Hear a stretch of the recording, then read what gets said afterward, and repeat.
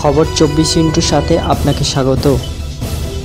নতুন নতুন খবর জানার জন্য আমাদের চ্যানেলে চোখ রাখুন। ভোট যত এগোচ্ছে ততই যেন কোন্দল কাঁটায় অস্বস্তি বাড়ছে শাসক দলের অন্দরে। জেলায় জেলায় প্রায়শই উঠছে গোষ্ঠী দ্বন্দ্বের অভিযোগ। এবার তা পিছু ছাড়ল না প্রয়াত বিধায়কের স্মরণ সভাতেও। তৃণমূলেরই দুপক্ষের মধ্যে বচসা, ব্যাপক হাতাহাতি, শেষ বেলায় দেদার ইট বৃষ্টি। হ্যাঁ, এলাকার বিধায়কের স্মরণসভা স্মরণীয় হয়ে থাকলেও এভাবেই ব্যাপক উত্তেজনা তেহট্টে।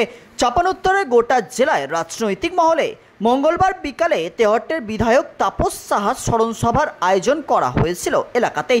সেখানেই চরম বিশৃঙ্খলা সৃষ্টি। স্থানীয় সূত্রে খবর, সভা চলাকালীন সময়েই দুপক্ষের মধ্যে দ্বন্দ্ব ক্রমশ বাড়তে থাকে। বচসা থেকে তা মুহূর্তেই মারামারির রূপ নেয়। তৃণমূলেরই দুপক্ষের লোকজন একে অপরকে লক্ষ্য করে দেদার ইট বৃষ্টি করতে থাকেন। সূত্রের খবর, এই ঘটনায় প্রায় 11 জন তৃণমূল কর্মী আহত হয়েছেন। তাদের সকলকেই তেহট্ট মহকুমা হাসপাতালে নিয়ে আসা হয়।